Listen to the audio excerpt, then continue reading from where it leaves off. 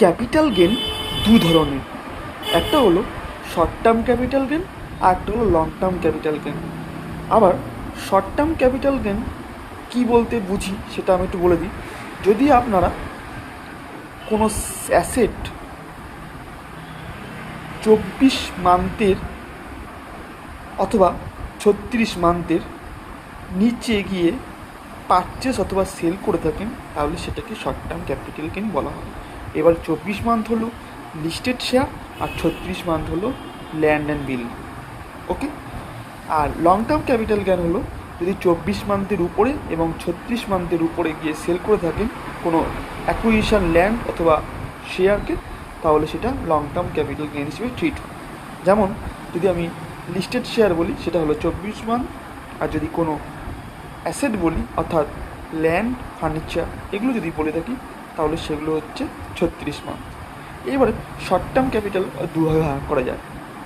যদি আপনি short term capital কিছু জিনিস কিনে থাকেন যেখানে আপনাকে সিকিউরিটি ট্রানজ্যাকশানটা ট্যাক্স অর্থাৎ এসটিটি দিতে হয়, তাহলে সেক্ষেত্রে ট্যাক্স পার্সেন্টেজ আলাদা। অর্থাৎ short term capital gain with STT যদি হয়ে থাকে তাহলে আপনাকে ট্যাক্স দিতে হবে ক্যাপিটাল গেনের 20%। ওকে। আর শর্ট টার্ম ক্যাপিটাল গেন যদি আপনি সিকিউরিটি ট্রানজ্যাকশান ট্যাক্স যদি না দিয়ে থাকেন তাহলে আপনাকে সেটা বেসিক স্ল্যাবের মধ্যে পড়ে যায়।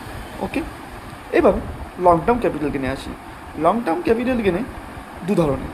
যদি লং টার্ম ক্যাপিটাল গেন আপনি এসটিটি দিয়ে পেড করেন তাহলে ওটা হয়ে গেল 112A, যেটা কি না 1,25,000 টাকা পর্যন্ত বেসিক এক্সেপশন লিমিট আছে।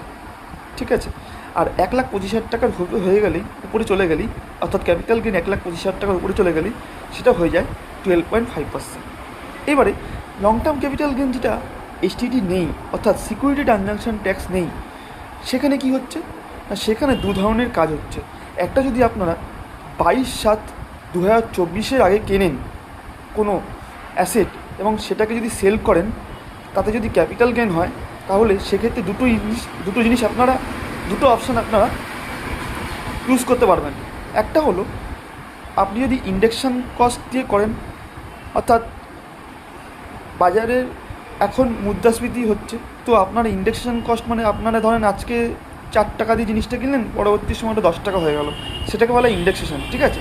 সেই ইন্ডেক্সেশন কস্ট যদি আপনারা অ্যাকসেপ্ট করেন তাহলে সেটা হয়ে যায় 20%। আর যদি আপনার ইন্ডেক্সেশন কস্ট অ্যাকসেপ্ট না করেন সেক্ষেত্রে হয়ে যাবে 12.5%। যদি 22/7/2024 আগে কেনেন, আর যদি 22/7/2024 পরে কেনেন এবং সেটা বিক্রি করেন এবং ক্যাপিটাল গেন হয়